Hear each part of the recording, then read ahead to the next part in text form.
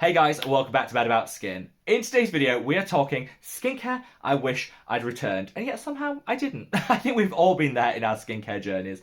We've reached out for a product with such high hopes and expectations, and they've failed to deliver. Yet for one reason or another, we don't return it. We cling on to it in that hope that somehow things will change. It'll be different, and we'll be able to use the products down the line and get some game-changing results. That's very rarely the case, and in today's video, I want to pick all that apart and share with you my experiences with these products. So, sit back, relax, let's talk some skincare I wish I'd returned.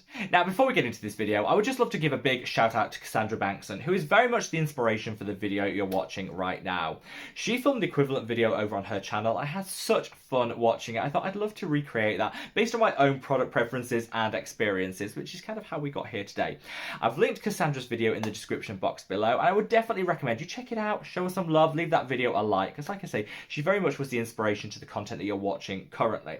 Hopefully, if you're like me, you like the channel and you like this video, you'll also want to reach down and give this video a thumbs up and a like. There's this little thing called the YouTube algorithm whirring on in the background. The more likes a video gets, the more widely YouTube will distribute it on its platform. So it's just a wonderful way of supporting me as a content creator.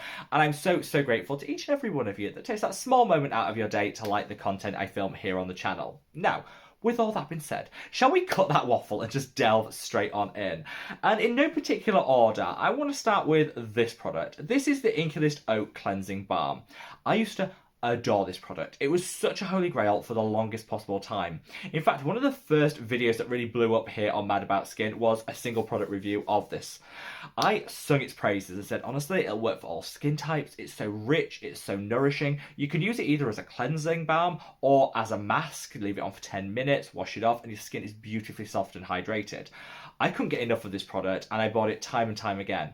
Then somewhere along the line, there was a formulation tweak or a change, and this product just did not deliver.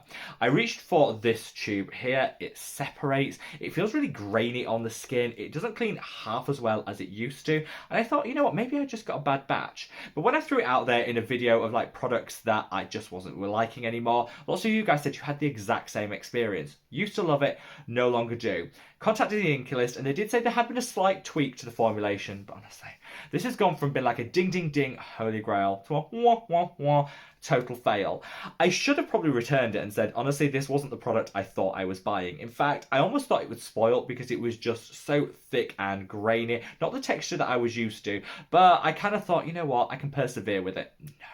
It's put me off this product for life, and it's a real shame because this was a real holy grail cleansing balm, but I've switched to using the Juno Co Clean 10 cleansing balm. Get a very similar experience, but none of the drawbacks of the new formulated version of this. Now, there's two exfoliating products I want to call out. It's these. This is the ordinary AHA 30%, BHA 2% peeling solution, and this is the Revox Just Glycolic Acid 20%.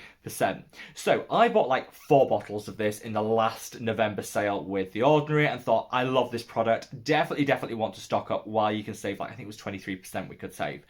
And then I quickly realised, you know what, I just don't think I need this higher potency exfoliator in my skincare routine, and it might be doing more harm than good.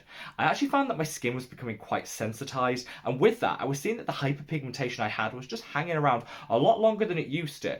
That kind of makes sense because the more inflamed, the more irritated our skin is, the more likely it is to hyperpigment, and so I thought, let's just take it down a notch. Instead of reaching for like the highest concentration of exfoliating acid I can find, let's go for something a little bit more gentle. So I still have 3 bottles of this hanging around, which I am gradually getting through by using it on the feet, on the elbows, other areas of the body which are less sensitive. So I will get through them, but I kind of wish I just returned them when I had the chance.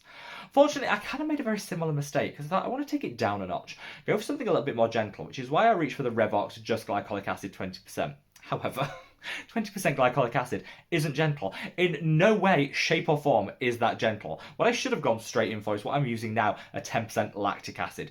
Amazing results. My glow game through the roof, and I get none of that sensitivity. It was a mistake to think that because I was knocking like 10% off the concentration of glycolic acid, somehow this would be more gentle.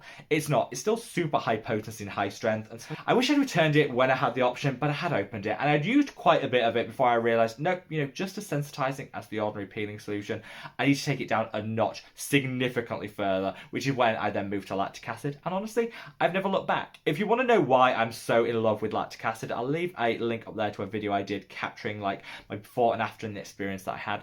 Definitely one to check out if you're still using super high potency exfoliators. It might be worth making the switch. Now, a product that I don't have on me now, because I actually gave it away to a friend. You know, when you just know you're not going to continue to use a product, you don't want to waste it, so give it away to a friend, was the Regimen Lab Cleanser. This, a firm pack, possibly one of the worst cleansers I've ever used. It didn't really cleanse. So this is like cleanser basic 101. Kind of has to remove things from the skin. This really didn't. I think if you use it as a second step in a double cleanse, it probably will be more effective, but not everyone wants to do a double cleanse.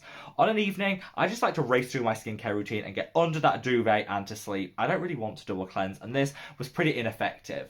Multiple layers of water resistant SPF was like a no-go with this cleanser. So I gave it to my friend who absolutely loved cleansers. It's like her favourite step in the skincare routine. I thought, well, look, give it to her to try, and she was also pretty underwhelmed. But obviously, giving it to my friend to try to just make sure that it wasn't just my skin that this was reacting to, because it left it feeling pretty stripped and dried. My friend had the same experience, but by the time I passed it around, I was like, yeah, I can't really send this back. I can't really return this with a good conscience. So my friend continued to use it, and I think she ended up using it as a body wash.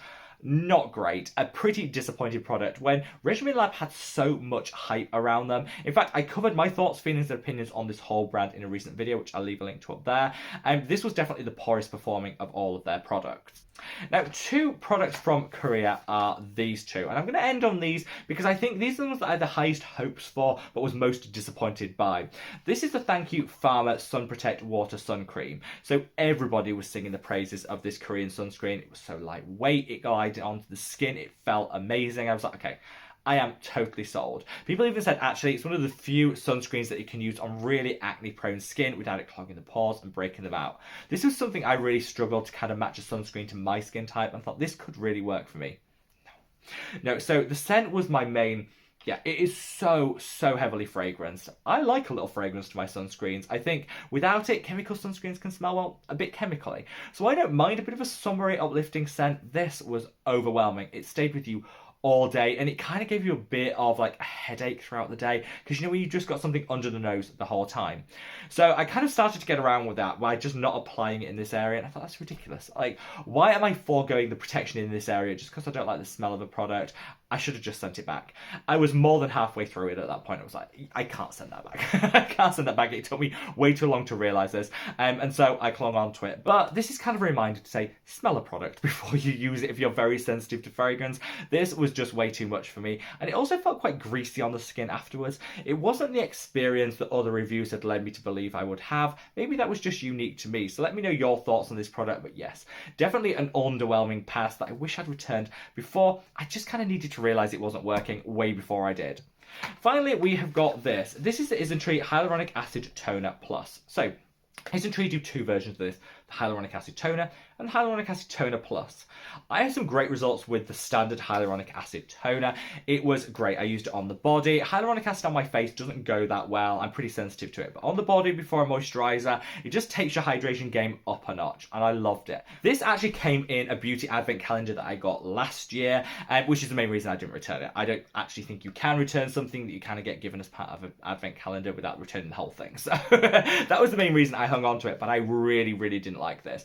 So first of all, it's got way more hyaluronic acid in and different molecular weights of hyaluronic acid than the original version. A lot of people think that's a benefit. Actually, the lower molecular weights of hyaluronic acid can actually be more irritating on the skin. They're less skin compatible, and so for me, I got a lot of irritation and sort of just like a general itch when I used it on the body. Really unpleasant. I put it down to the fact that different molecular weights don't always mean better performance.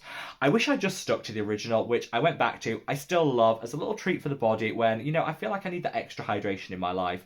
This wasn't it, and I think you pay roughly double the price for the Plus version, so I'm here to say, go with the original. Don't overpay to get this in your life, because I think you're actually going to get more irritation and risk of sensitivity with no more enhanced results. So there you have it, guys, a quick rundown of the skincare products I wish I'd returned when I had the chance, and kind of the reasons why I didn't. I am definitely guilty of hanging on to products way beyond the point I've realised they're just not working for me, in that vain hope that they will, down the line, come through and deliver some benefits.